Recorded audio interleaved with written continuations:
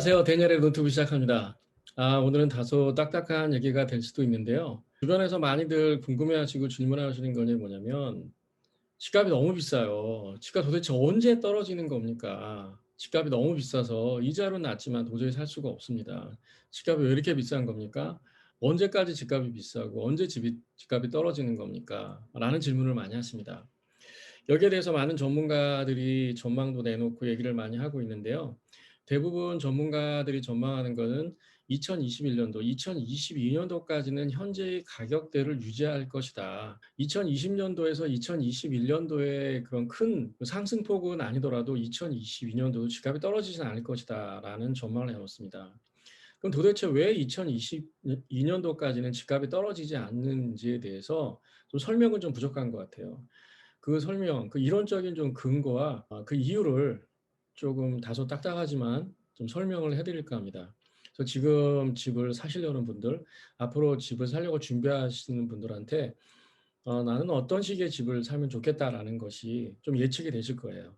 이 비디오를 보시고 나면 그런 부분에 대해서 좀 판단이 도움이 되지 않을까 생각이 듭니다. 먼저 좀 이 말씀을 드릴게요. 경기가 이제 침체가 됩니다. 2020년도 좀 3월 달에 이제 그런 팬데믹으로 인해서 그런 시기가 왔던 거죠. 근데 저희는 한 번 학습이 있었습니다. 특히 부동산으로 인해서 경기가 침체됐던 시기가 언제였냐면 2008년도였어요. 그때 부동산 버블이 깨지면서 엄청난 부동산 폭락과 경기 침체가 있었습니다.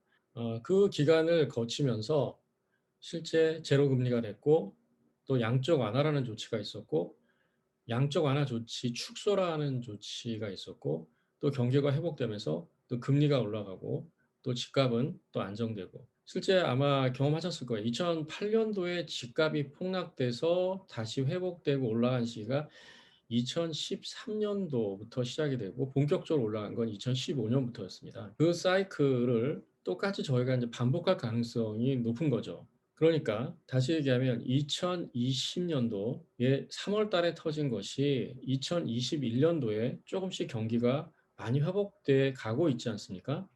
그래서 벌써 금리 인상에 대한 얘기가 조금씩 얘기가 되고 있어요. 그렇지만 곧바로 금리 인상은 될 수 없습니다.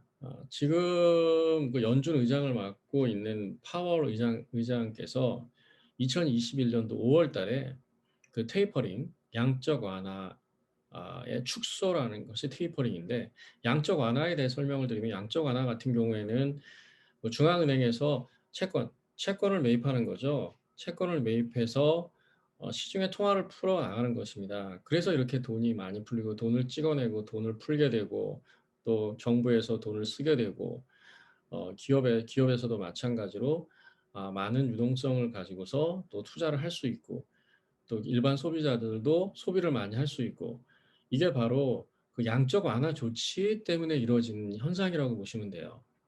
이 경기가 이제 회복이 되면 이 양적 완화 조치를 축소시키겠죠. 그것을 바로 테이퍼링이라고 합니다. 테이퍼링이라는 경우에는 보통 양적 완화 조치를 할 때 한 달에 1,200달러의 채권을 매입해서 통화량을 풀게 되는데 매달 100억 달러씩 줄여갑니다.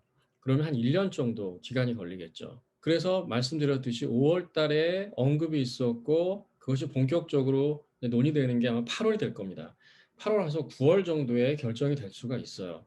그럼 실질적으로 선언을 하게 되면 12월이 되겠고 시작이 되는 시기는 내년도 2022년도 1월이 될 것입니다. 그래서 그것이 말씀드렸듯이 100억 달러씩 축소하는 기간이 또 1년이 걸리기 때문에 2022년도 전체가 테이퍼링 기간에 들어가게 되는 것입니다. 그 기간이 종료가 돼서 끝나게 되면 다시 한번 1년 정도의 유예 기간을 두게 돼요. 금리가 올라가기 전까지. 그것을 무엇이라고 얘기하냐면 만기되는 채권을 재투자하는 방식으로 유예기간을 둡니다. 그게 그 당시에 2013년도, 2014년, 2015년에 걸쳐서 진행됐던 테이퍼링과 또 금리 인상의 시기와 거의 시기적으로 이제 맞물리게 돼서 지금 비교를 해보면 그렇다고 말씀을 드릴 수가 있는 것입니다. 그것이 유예기간이 뭐 6개월로 축소가 될 수도 있고 1년이 될 수도 있고 좀 더 길어질 수도 있겠지만 대략 그렇게 될 것이라고 예측을 해볼 수 있는 것입니다. 그래서 지금 이제 기준으로 보면은 테이퍼링에 대한 언급이 5월 달에 있었고 시작이 이제 12월 내지는 내년 1월에 시작이 되면 1년 동안 해서 2022년도 12월까지 끝나게 되고 유예기간이 1년이면 2023년도 12월에 가서야 금리가 인상이 될 수가 있다는 것입니다. 그래서 다들 예측하기를 2021년도 남은 기간 2022년도까지는 사실상 금리가 올라가지 않는 저금리 상황에서는 이 예금으로 이 돈이 흘러가지가 않겠죠. 대부분 부동산이나 이쪽 주식 시장으로 가게 되어 있습니다. 자산에 투자를 하게 되어 있습니다.